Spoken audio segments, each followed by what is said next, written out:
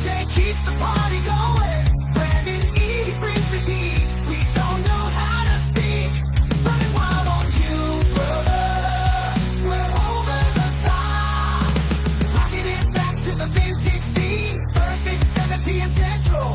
With epic thumbnails from the vids. It's a must-see. Gonna bring you the best. Legends you remember from the ring and silver screen. We're over the top. Get ready for a good time.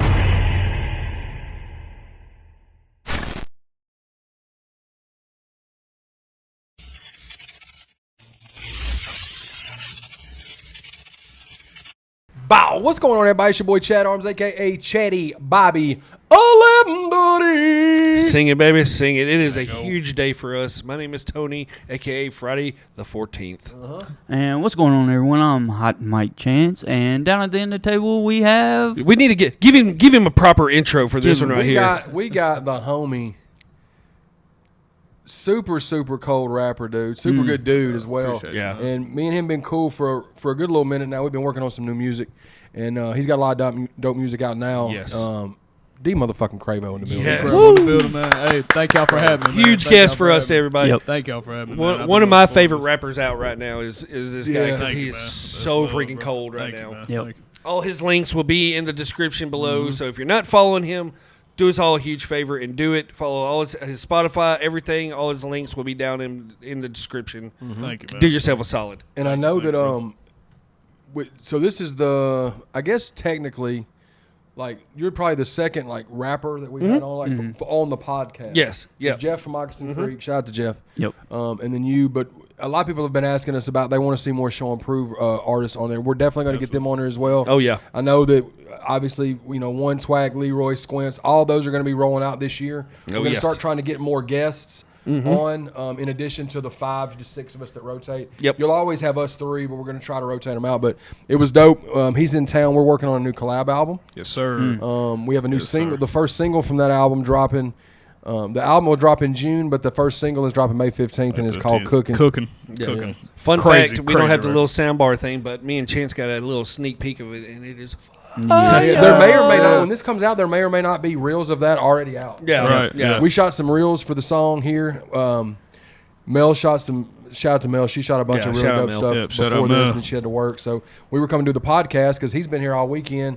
Shout out to Menace. Yeah, shout out Menace. He came down and we basically posted up in a hotel and cut like 7, 8 songs. Yeah, for the new 7 album. songs. Yeah. I didn't get there till 8 o'clock Friday night, and then we, cooked up about 7, 8 songs in like a 30-hour span. So made great progress. Got a huge jump start on the album. Shout out Show and Prove. Shout out Menace One, Twack, all the people that came through. Shout out Rothstein to help us cook up, man. Shout out everybody that's been a part of it so far, man. It's gonna be a crazy album, man. Yeah, Crazy. Yeah, from what we've got to hear so far, it is absolutely. fire. And before we get into the episode, just kind of a little backstory. So we when I was doing my album a month last year, he was already somebody that I had locked in that we were going to do a collab album for this year. Right. But when we locked it in last year, it was when I was planning on doing an album a month. And then I did 2 at the beginning of this year, and it was just so much going on, man. I've gotten super busy with a lot of other things too. So I was starting to feel myself getting a little burnt out. So I was like, let me take a step back from music, right, and then just kind of reset. Yeah. Because I did I did so much. I did So much. That's a lot. in 18 months. I mean, Yeah. I had like 20 albums or something. Yeah, it's That's insane. more than most people do in in a 3 career. years. Better double. Yeah, that too. Yeah, for So I sure, just no took a doubt. step back, and then I was like, the first one I cut a feature from my homie Joy Band. Shout out to Joy Band. That's coming soon. But then I was like, well, let me jump back from taking a couple months off and work on some collab stuff. Me and him already had one in the works. I already had a couple songs that's out. He sent a feature to me. I sent a feature to him. Yeah. So he was here making some stuff happen, and we made a lot of dope music. So I look forward to y'all hearing that. But Yeah, For sure. Yeah, For sure. Because we were supposed to have Cravo on a couple weeks ago and everything, but Mother Nature, the huge tornadoes, all that came through and all that stuff, or the huge winds and all that, and it knocked it. Hey, but we adjusted. He's here now. And we're super. We had him on for your birthday bash for the little clippets and everything. Right. Absolutely. He came on there. Absolutely. That's where y'all locked in. Yeah, that's where we Yeah. locked in Yeah. with him and Yeah. everything, and he was more than happy to jump on a couple episodes with us. And man, we're more than thankful and everything. Yeah. But yeah, the birthday bash, we were able to get quite a few people on with that one. But Yeah. your little segment right there was is what's leading into this episode right here, which we're going to talk about your favorite time in wrestling, the ruthless aggression era. Man, that was hard to say right there. That's a lot of stuff to try to say at once. Right. No, I don't mean to be rude. How old are you? I'm 27. 27. Okay, so this was right in your prime. Right. This was like his attitude era. Yeah, your attitude era, the late early 90s, that time for us and everything. This era, I kind of. The beginning of it, I was more of a watcher of than everything. This is about the 2005, 2006 is about where I fell off watching wrestling for a little bit and everything.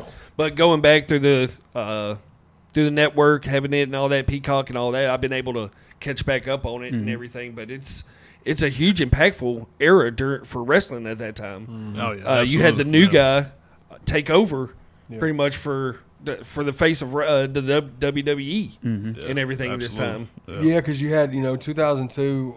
That's when they're saying that ruthless aggression started, right? Yeah, that's when Rock started going doing his movie stuff. I mean, I know him and Lesnar fought at SummerSlam that year, but there was Rock was on his way out and then came back some here and there. Yeah, Austin's out. And Austin's out, and Triple H is around, but was he hurt around this time? It hurt, and I think they were trying to have him and Stephanie were trying to have children. So like the main players, were kind of on their way out or done, and you still had Kurt Angle and a lot of the stuff. The WCW had kind of filtered over. People were starting to kind of filter over from that. Yeah, but Ohio Valley.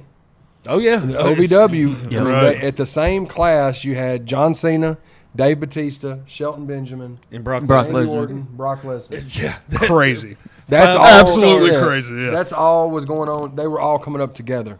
I remember it was showing Lesnar and Shelton Benjamin was like a tag team. Yeah, they were both real wrestlers. Right. And Batista had like the little mohawk. Yeah, he was Leviathan. Leviathan in OVW, I think, or whatever. Yeah.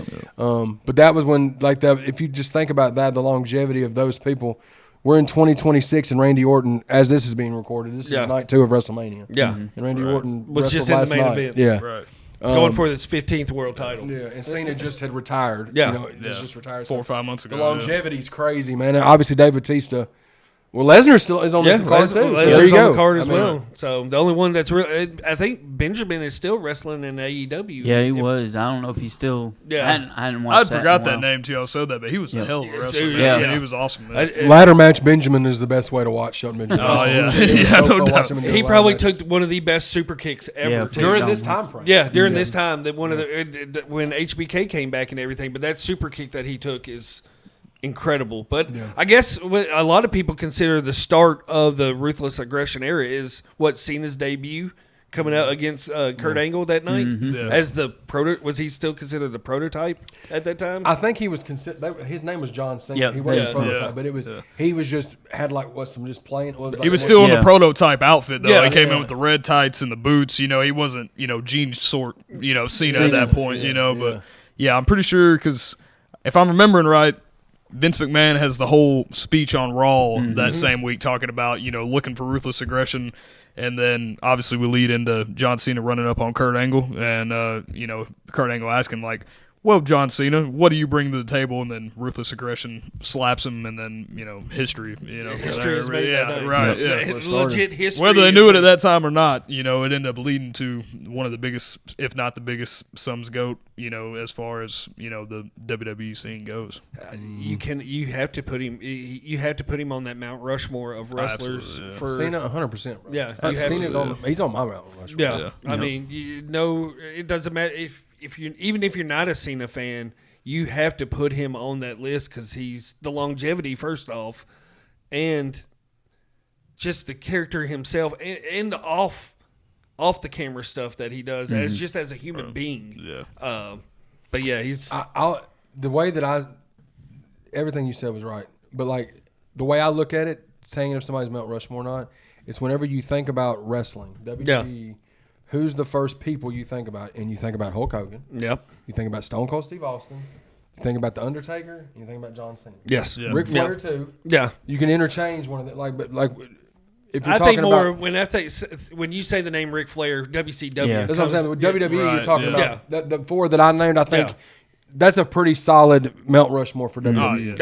Yeah. You know what I mean? Like, you know, you get into overall wrestling, now you're talking Ric Flair, you're talking Dusty Rhodes, maybe. Yeah. But like John Cena, 100% to me is Mount Rushmore. And what's crazy, going back to the Stone Cold thing, just it was just a little blink of that Stone Cold run that we really got compared to those other guys. It was essentially nothing as far as time goes. Yeah. It was from 96. The end of June of 96 is when he made the Jake the Snake shit at King of the Ring. 6 years. And then it was from there. And really, it kind of died in 01 when he tried to turn heel and it got weird. Yeah. It had already kind of went stale at that time. They were trying to do something different. And not even stale. It was like Austin was hurt. Yeah. He left because they wanted to put him in that qualifying match with Lesnar. And he took his bag and went home. Yeah. Right, So it was like he was having the issues with his neck. But yeah, Cena only essentially, you can say 6 years, but really it was like 96 to 2000. Yeah. That was it. Yeah. That was the big, I mean, it was like a 4-year And run then, in high school. like I said, and you compare him to like even like Cena and Undertaker's runs, even Hogan's run really doesn't compare to Cena and Undertaker's run in longevity. I would agree. And everything. I would agree with that 100%. Now Hogan did it more in the independent days and all that kind of stuff. He probably, but Cena was also in that time where they were running house shows almost every night and everything. Right. So yeah. And I think too, when you talk about the Mount Rushmore of anything, really, this even applies to like sports and stuff. But it's people that essentially came in and they changed the game. Yeah. You know what I'm saying? Like how we're saying, Hogan, Stone Cold to the Undertaker to Cena. You know what I'm saying? That covers 4 to 5 decades of easy, wrestling. And I mean, it's the same thing with like basketball. You know what I'm saying? Yeah. You got to put obviously MJ. And then, go from Kobe, LeBron, and then like somebody like Steph Curry, just because of what he's done for the game, and how he's changed it. You know what I'm saying? And everything they've done for it, and the impact they have, and the effect that they have on the game, and the way that they can change the game too. That applies to all 4 of those guys we're talking about. yeah. On the Oh, I Mount agree. Rushmore. And see, Shawn Michaels is just right there on that cusp of it right there too. Because his career, I mean, it speaks for itself. I mean, too. the Usos wouldn't even have a career if it wasn't for Shawn Michaels making the super kick popular. Exactly. Bingo. Yeah, exactly. Yeah. That's straight up facts. That is straight up facts. One thing you say about Undertaker and Shawn Michaels, they never went anywhere else. No, exactly. Well, I mean, once they came to WWE, obviously Shawn Michaels and Undertaker were other places prior. Yeah. But once they came over to WWF, they never jumped ship. Yeah. I mean, they never. But going back, and then just the introduction of Brock Lesnar into wrestling just completely changed everything too. I always go back to this era. My biggest. You want to say, Chad? What's your favorite moment of the Ruthless Aggression era? And it's random as fuck, but it's the one that I never stop thinking about when I think about Ruthless Aggression. There was some random ass night. I don't even know if it was a Raw or what. The Hardy Boys were in the ring. Oh. Lesnar was beating the fuck out of the Hardy Boys, and Jeff Hardy. The hardest. And you could probably post it in here like without showing like playing the audio. Yeah, I can find the clip of it. Hit Brock Lesnar in the head with a chair harder than I've ever seen anybody hit somebody with a chair, bro. Yep. And he in the head. This was before they did the concussion protocol shit. Yeah. Right. Yeah. Dude, and he didn't even fall down. Bro. He ate it. Just ate it.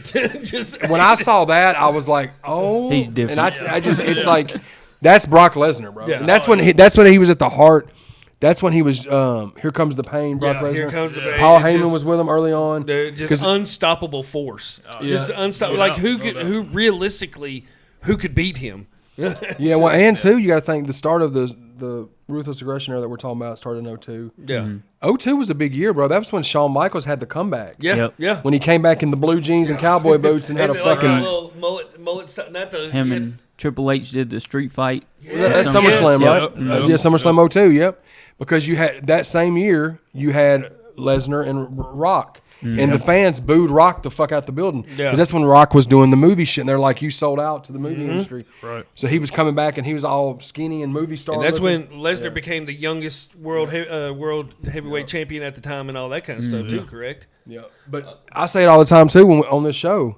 2 of my favorite years from a pay-per-view standpoint are 03 and 05 in WWE. Yeah. Right in the smack dab of the Ruthless Aggression. I mean, that roster was just loaded to and just the matches. Because you also had the One Night Stand during that time as well. What year was One Night Stand? 05. 05? Yep. I mean, that's considered one of the greatest pay-per-views. Absolutely. I mean, Yep, and they did it again the next year in 06. That's when Cena fought Rob Van Dam, and they fucking threw his shirt back in the building. And shit. Dude, I think that's what we talked about on your birthday bash and everything. Is one of the moments. That shit was real, bro. That was a fire crowd and everything. And you got to think at that point, WCW was gone. Yeah. ECW was gone. WWE kind of consumed all of that. Took over everything. And then all you had is competition, and it really wasn't, but I loved it, was TNA, right? Yeah. TNA absolutely. came along in 02, and in 03, 04, they started getting a lot of the wrestlers that wouldn't re-sign with WWE and stuff like that. But, like, WWE, I know we're talking about Ruthless Aggression, but TNA in that time frame, too, was really, really good from, like, a lower tier competitor. Well, you, BJ, and Brendan have always talked about that era of TNA wrestling. I'm telling you, 2005 TNA is some of the best wrestling you can ever watch. Did you watch any TNA? I did. Yeah, I had an older cousin, and he actually put me on to it. I had never heard of it, which at this time I'm still a kid kind of anyway. But yeah, he definitely put me on, and I mean that's where I originally knew AJ Styles from. Was TNA, and like seeing him, and I loved it though. Which I mean. It's like, the NBA to the, G League, but it's really not because they brought, like, their own kind of style with it. Yeah, it's like the Rucker in the NBA. Definitely watched a little bit of TNA. Wasn't as well-versed, but, yeah, shout out AJ Styles in the TNA. Yeah. Another one that just retired as well. And everything. The longevity of a career and everything. And for him to be able to do it as a smaller guy, the career he had, especially during this time during the WWE, everybody's just – right, he comes in smaller guy. Yeah, absolutely. I mean, the smallest guy was probably HBK at that time and everything. Everybody else is loaded down. This Him is and Rey Mysterio. Yeah, shout out Rey Mysterio. Yeah. And of course, you had a lot of that fallout with WCW. Everybody knows that a lot of those guys had guaranteed contracts. So, like, your big boy stars weren't going to come work because they were already getting paid from WCW for another year and a half. So, like the Kevin Nashes, the Scott Halls, a lot of those guys didn't come in initially. Yeah. And when they tried to do the whole invasion angle prior to the Ruthless Aggression, it was like a lot of the B team people. The only person that came over Perry was Saturn. Booker T. Booker T did. He came over, and I want to say DDP did. Yeah, and they trashed them both. Buff Bagwell tried, and he didn't even make it past that first. First match. But like that was really out. They had a lot of the people that weren't even main eventers in WCW because if somebody's going to pay you to stay home, or you're going to get paid to go work 300 days a year, I mean, you're just going to take the money. Most people are just going to take the money and stay home. Right. Now, during the Ruthless Aggression era, that's when they brought back the World Heavyweight title and everything, too, as well, for the SmackDown. Once they started getting people, once those contracts went up and people was like, I guess I got to go work. Yeah. That's when you started seeing the NWO reunion. Because you didn't get Hogan initially either. Yeah. And then you started seeing all that happen right when that Ruthless Aggression stuff started. Now, during that time, was SmackDown a better show, do you think, than Raw at that time? I do think so, too, a little bit. Yeah, for sure. They're there for a certain time, and then really the thing that I think eventually flipped it was when they had the whole draft, and Cena, right after winning the WWE Championship, gets kicked over to Raw, being number one pick in the draft. Then I think Raw kind of started to take over, but that wasn't until I think maybe 07 when that happened. So I think they're for them couple years. Yeah, I think SmackDown. That's probably why they brought him over to Raw, because they need to get the ratings. Oh, absolutely.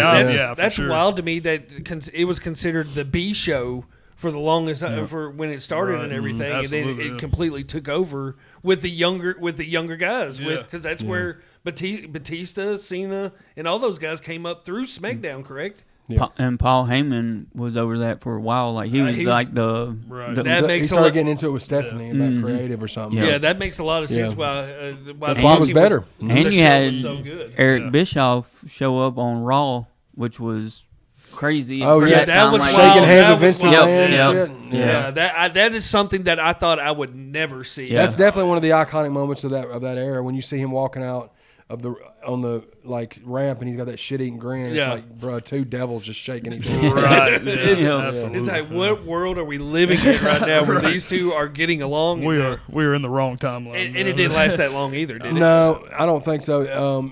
No, because like in 03, I think is when they threw him in like the dumpster and they got rid of him or whatever. Yeah.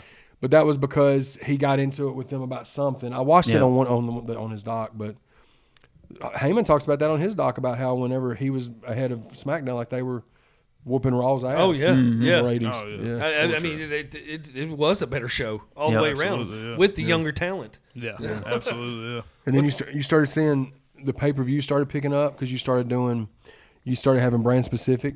Yeah, pay-per-views. That's when they started pretty much a pay-per-view a month. You're getting pretty much a pay-per-view. That's when the 12 a month. Yeah. Because you started doing. You seeing that in the Attitude Era, but like you didn't see brand specific because it was all in one. It was like you get a In Your House 18. Yeah, but like Great American Bash would have been like SmackDown pay-per-view. Yeah, and then No Way, whatever. You know what I'm saying? But like they used to break them up, which was cool sometimes, but like it kind of sucked because you're like diluting the. But you had so much, people weren't going to get no shine. Yeah, you have 30. I mean, you had so much talent. Cards, yeah. And then at your big ones, you had your cross. You had some cross matches and everything. Any specific moments that? Eddie Guerrero beating Brock Lesnar for the championship. Yeah, that was a big one too. That's a and huge then moment. That's another where you root for the little guy. Right. Eddie Guerrero was on another level during the Ruthless Aggression era. Absolutely. Yeah, because like in WCW, I always liked the cruiserweights. Yeah. Like, so I was always smaller, so I liked seeing the small guys get some love. Whenever you went from the golden era and then the attitude era, is like all the big guys were getting the love, and then now this era, it seems like the smaller guys were getting some love too. Oh yeah, absolutely. Yeah. Well, he was a smaller in stature guy, but he was on that juice a little bit. Yeah, just a little bit. Eddie blew around up, then for but sure. It didn't really phase his in-ring skills at all with as much as he got bigger and everything. Yeah, but that just shows you how good Eddie Guerrero as a wrestler was. I mean, he's up there. At least top 10. I think he's got to be around there, and that's some of my favorite moments too. Like going into that, like the whole kind of story with him and Rey Mysterio, you know, all of that, and Dominic and everything, you know, and then I mean that still plays out in today's wrestling because of where Dominic is, you know, and everything. So it's crazy. I think there is a lot of moments, you know, if we went through that in that certain era, they're just stamped because they've had effects on the storyline for 2 decades, you know. So I mean, probably one of the best heels during that time was JBL, wasn't he? Oh yeah, I would say so. Yeah, just some of those matches, that Cena match, where bloody matches, bro. There was some bloody matches. Dude, Cena, that one, I don't know which match it was between him and Cena. It was a title match. Yeah, it was like 06, 07, I feel but like. It's just like Cena's face. I don't know if I'll be able to show a clip of Cena's face in that one. Yeah. But that's one of the, and then the JBL Eddie Guerrero match where he hits him with the bell and busts him, dude. Yeah. As much as JBL, I love JBL as a heel. He was a perfect. I loved him as one of the acolytes as well. Oh yeah, he was just a dude that you just didn't want to mess with. Yeah, absolutely. And that whole character of JBL I loved it. Well, and I think that's something. I think that's something too that kind of helped propel Cena as such, you know, this big, you know, kind of face or whatever, because how good of a heel JBL was at that time, being the champion, and then when Cena, you know, finally gets the WWE championship, it's beating JBL at WrestleMania. Yeah. So I mean, I think that's something, because you had a lot of people that didn't like JBL because he was such a good heel, and then you have this kid, you know, coming up that's, you know, still in the show. So I think that put a lot of people in Cena's corner too, as far as you know, his early days of first WWE championship. Yeah. And that rolls right into the whole feud with him and Orton. I mean, him and Orton's feud is one of the most iconic feuds in wrestling. That was towards the end of the because I remember they had a few different feuds, but I remember the feud they had in 2009 was insane. Yeah, that's when they beat the fuck out of each other like kendo sticks, and they beat the shit out of each other. But the thing where Randy beat up Cena's dad that one time. Yeah. Well, and then the Cena thing too. You're talking about the word life Cena, the Dr. Thugonomics, the freestyle into the ring, and the throwback jerseys. That was 04. That was that. You know, I remember when he fought WrestleMania 20. He fought Big Show. Yes. Didn't he? It was like a triple threat match. Didn't he do like he picked Big Show and the other dude up at the same time? Yeah. He did the attitude adjustment on both of them. And Big Show was on for the U.S. title, I think. Chris Van Vliet not too long, a couple weeks ago, and he was talking about Cena being probably the strongest competitor he's ever been, up there with Lesnar and everything.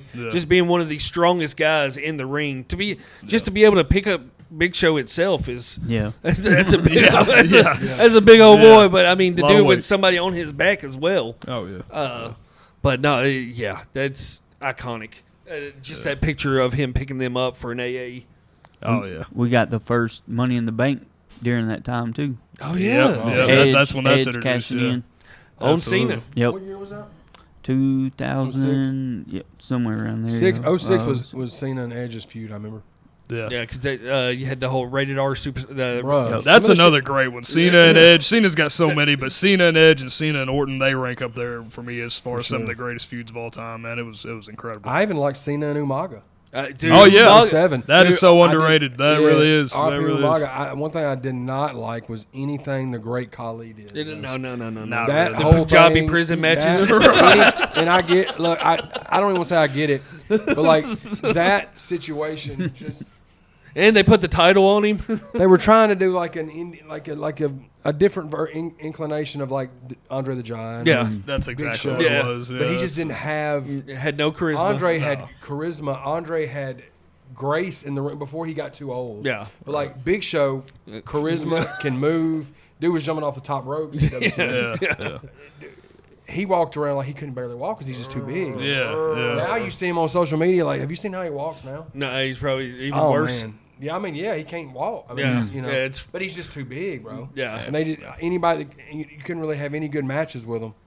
But that was all part of that Him and 06, Batista. 07-ish Him and time frame. Batista had a big feud, didn't they? I think so. Yeah. Is that the one? Yeah. Was it him and Batista or him and Undertaker that had the Punjabi prison match?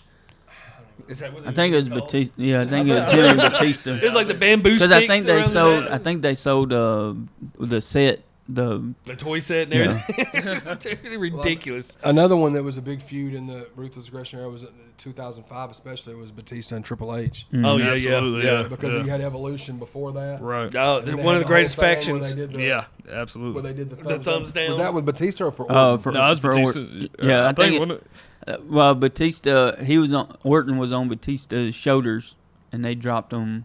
That's right after he won the Yeah. title and Yep. everything. Yeah. And then not too long, maybe a year later, they did. That's when Batista went in on the contract on Triple H as the champion. Yeah, Yeah. he does He it did then that. too, He because did that that. was when he's picking between the Raw and the SmackDown contract, and Yeah, like that's the it. whole thing is like Triple H, thinks he's going to SmackDown because and then he picks that contract up, and then he. Yep, and then he did the boom, thumb down. power Yeah. It bombs was like through a- the table. Yeah. It's like a yeah. callback. Yeah, Yep. And that's when that's when Triple H was he was a little chunkier side of Triple H. Oh, he was yeah. off the juice a little bit because that's when they were trying to have kids and all that stuff. Right. But man, Yeah, Evolution, man. Evolution. Evolu- That whole storyline of them just, being, the dream team, and then like the thing that happens with Orton and then Batista and then I mean, obviously Triple H and Ric Flair already two great superstars, but then you end up having two great other superstars with Orton and Batista that are kind of born from that, more or less. And then go out to have incredible careers and be staples of WWE forever too. I mean, well, it sparked a new career for Ric Flair during that Oh, time. yeah, because for sure, he was down. He was doing nothing at that time, and that's when Triple H called him. And was like, "Hey," because I forget the original person that was supposed to be. I think it was Mark Jindrak. I think or something. that's it. I think that's the name. It was the original fourth member of Evolution. Can you imagine if that's what we would have gotten? They did vignettes and Yeah, stuff they with did them. vignettes with him. There's And some- but it's so much better with Ric Flair because then at the end you get. Wait a minute. We could have had Evolution with Mark Jindrak instead of Ric Flair. Yeah. Yes. Ponder that for a minute. You I'll talk post about a a picture talk of fart. about the wrong You talk timeline. about a That'd be fart terrible. in church. Yeah. Definition. No disrespect to Mark Jindrak, but They just thank had to have goodness we got charisma. the other. Yeah. No, Thank it's goodness Triple total H had that disrespect. talk with Ric Flair. No, it's total disrespect. Yeah, that would have been terrible. Shout out Ric Flair. I'm glad it went how it went. Well, at the end of the Ruthless, you get the first retirement match of Ric Flair and everything, don't you? It's the one that it's the last match Ric Flair should have ever had. Yeah, it was a fantastic. Shawn Michaels match. and Ric Flair is one of the greatest matches in WrestleMania history. It Oh, yeah. told the Absolutely. ultimate story. Yeah.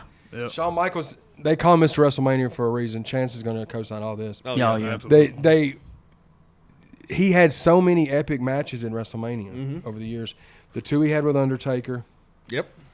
You know, and this one with Flair alone, those 3, and that was 2008, 2009, 2010. I don't think there's very many people other than probably Brett and Sean at that time where they could pull off an Iron Man match. Get people even going back to '96, or whatever it was, yeah. Just always Mr. WrestleMania. He's called Mr. WrestleMania for a reason. But the whole shot of and shout out to WWE Camp, they don't miss a fucking thing. No, that's even back then. This is right when 2008. That's when HD was brought in. Yeah. And just the shot of Michael saying, "I'm sorry, I love you," and then super kicking him. Oh. Flair's crying and bleeding like a stuck pig, and they fucking pin him. It's iconic. That was the way. There was no, and I get it, bro. You love wrestling, and you love money, and you love spending it.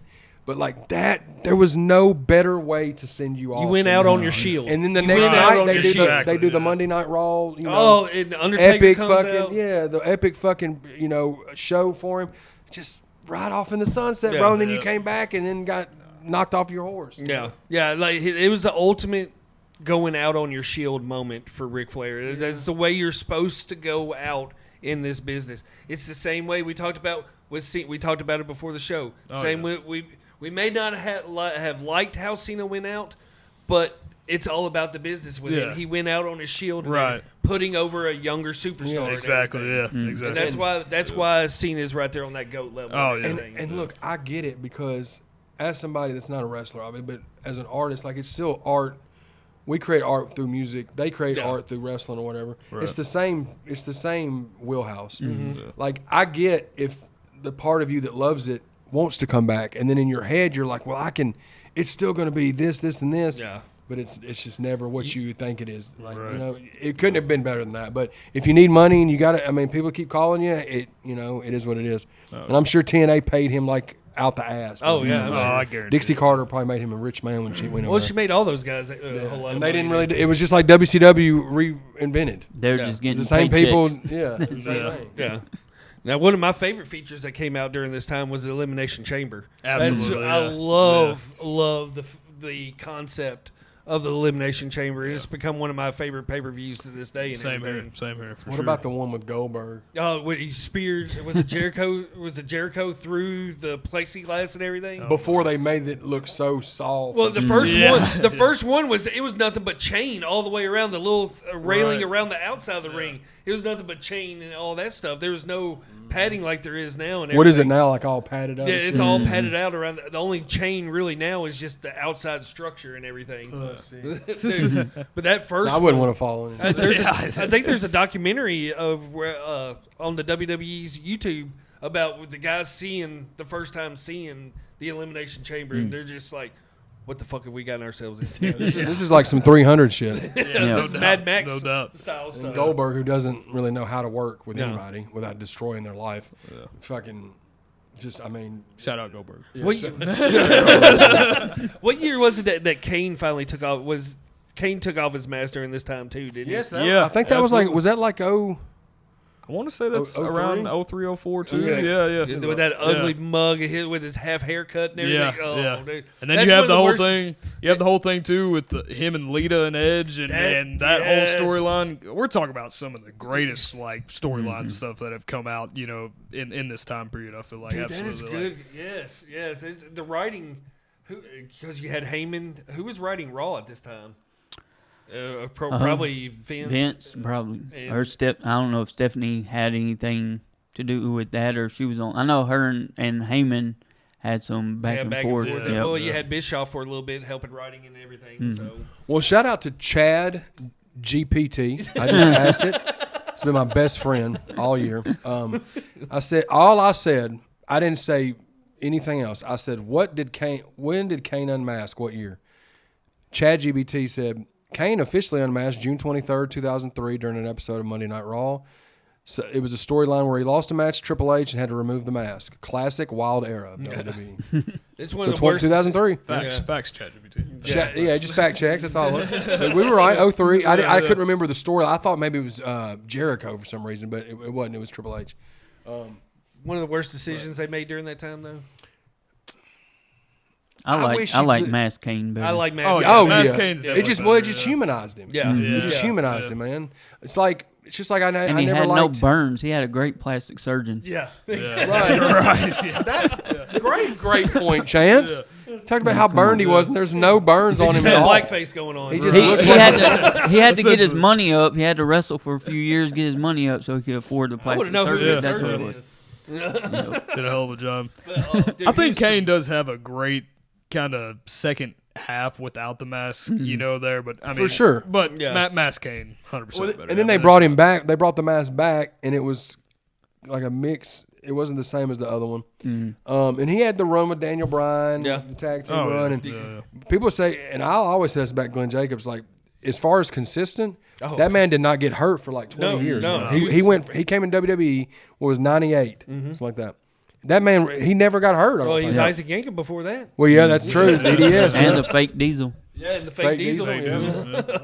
But yeah, that's a great point right there. That man, he was always there and never missed any. Oh, yeah. And he's a big dude too. I Oh, mean, he yeah. wasn't a small Not at small all. dude. I mean, Yeah. he He has was the jumping around too. It wasn't like he was just picking Yeah. people up and slamming them. Like he was moving. yeah. he has my favorite exit from the ring ever. How he would Yeah, go backflip over backwards. the top rope and Yeah, everything, just absolutely, and make yeah. it look so smooth. Yeah. But I'd injure myself just doing that. Oh, yeah. For It, sure. it Same. made it look so good. Now, Corporate Kane, I wasn't a fan of. Yeah. Nah, Well, I definitely said not, 1980, JB, but it was before that because it was at Hell in a Cell. yeah, it was when Triple H or it was when Shawn Michaels fought Undertaker. Yeah, yeah. It was at Mind Games or whatever. That's it. Like in your house. That was like 96, Yeah. 97. Yeah, he's been So, around a minute. And now he's a politician in Tennessee. So shout out. He's the mayor of Knoxville. Shout out to him. But Shout out to him. I didn't know that. oh yeah, dude. He's for the mayor real. of Knoxville. That's wild. Glenn Jacobs, For everybody. real, dude. Man It's of been many a- talents. It was a crazy era for sure, man. Yeah. Oh, there's so much more that we can tap into too, because I mean, we just barely just trickled into it a little bit. Absolutely. But Absolutely. man, thank you so much, Cravo, for coming on with Yep. us. Man, thank y'all We for got having him for another episode next week, so stick around and all that kind of stuff. Yeah, it's been a big pleasure having you on this week. Man, absolutely. Thank y'all for having me. I've been looking forward to this since the December show when we had done our little skit and then talked about it, man. So it's been a pleasure, man. Thank y'all. Yeah. Thank y'all for having us, man. Be on the lookout. Me and Teddy Bobby, man. June we dropping this crazy ass album, man. This shit got some crazy features on it that we ain't gonna tell you about yet, but you gonna hear about it soon enough. First single, Cooking, May 15th, baby. Let's go. Let's get it. go. All the info will be down in the description below. All that jazz. Shout out K-Duck. Shout out the Gaggle Wrestlers. Shout out Revolution One Media. Shout out Trouble Spirits. Shout out Trouble Spirits. Shout out everybody. Shout out BJ the DJ. Shout out Brandon E. Shout out Viz. Yep. Shout out everybody. Mel. And shout out to my dog Paul and shout out to my dog Chris Outlaw. Shout Boom. out to y'all, Blue man. Lemon Lemon, Shoulders. baby. I thought I told you. You got anything? Just everything y'all said. I co-sign. Okay. Hell yeah, dude. Hit the bell. Bow. We out this motherfucker.